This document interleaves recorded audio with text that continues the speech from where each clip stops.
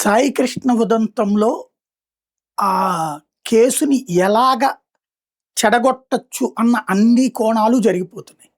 Maybe అతని కర్మో, అతని దురదృష్టమో, లేదా ఇక్కడ ఆధిపత్యం లేదా రాజ్యం అన్నటువంటిది పవర్‌ఫుల్లో తెలీదు గానీ, కన్న తల్లి కడుపు కోత అని అందరూ ఆవేదన చెందుతుంటే, ఆమె నాకు న్యాయం జరిగిపోయిందని మన బాబు గారిని కలిసొచ్చాక మాట్లాడటంతో ప్రారంభిస్తే, చివరికి అతని బూడిదన్నా ఇవ్వమని ఒక పక్కన మాట్లాడుతోంది.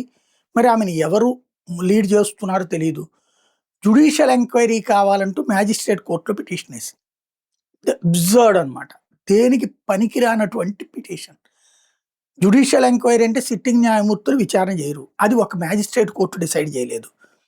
ఒక మ్యాజిస్ట్రేట్ కోర్టు ఇంకొక జడ్జితో విచారణ చేస్తుందా? మ్యాజిస్ట్రేట్ విచారణ అంటే చివరికి కలెక్టర్ విచారణ. కలెక్టర్ కూడా మ్యాజిస్ట్రేట్. అది కావాలంటే ఉంది ప్రభుత్వం ఎట్లా చెప్తే అట్లాగే ఇదొస్తుంది. ఏమడగాలి సాధారణంగా ఇట్లాంటి కేసుల్లో? సిబిఐ దర్యాప్తు అడగాలి. మామూలుగా సిఐడి అడగచ్చు.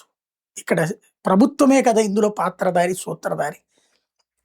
అంటే ప్రభుత్వం కాపాడుకు రావాలని చూస్తున్నదనినే కదా ఇక్కడ విషయం. సిబిఐ దర్యాప్తు ఆమె అడగాలి. ఎవరో వేరే వాళ్ళు పిటిషన్ వేశారు. ఆ పిటిషన్‌తో పెద్ద ఉపయోగం లేదు. అది ఆల్రెడీ కోర్టు అందుకనినే హైకోర్టు వీళ్ళకి సంబంధం లేదు కదా అని చెప్పి వచ్చే నెలకు వాయిదా వేసేసి. ఈలోపు సీసీటీవీ ఫుటేజ్ ఏమైపోయింది, బ్యాకప్ తీసుకోలేదు, బూడిదెక్కడో తేల్చలేదు, అలాగే మిగతా కొట్టింది ఎవరో తీసుకోలేదు. అసలు ఏ కేసు మీద తీసుకొచ్చారో కూడా ఇప్పటిదాకా తెలియదు. అది విచిత్రం. ఇప్పుడు తాజాగా జరుగుతున్నటువంటి ప్రక్రియ మరొక మలుపు. ఓవరాల్‌గా కేసుని చిన్నాభిన్నం చేసి తప్పించడానికి అద్భుతమైన స్కెచ్ చేశారు.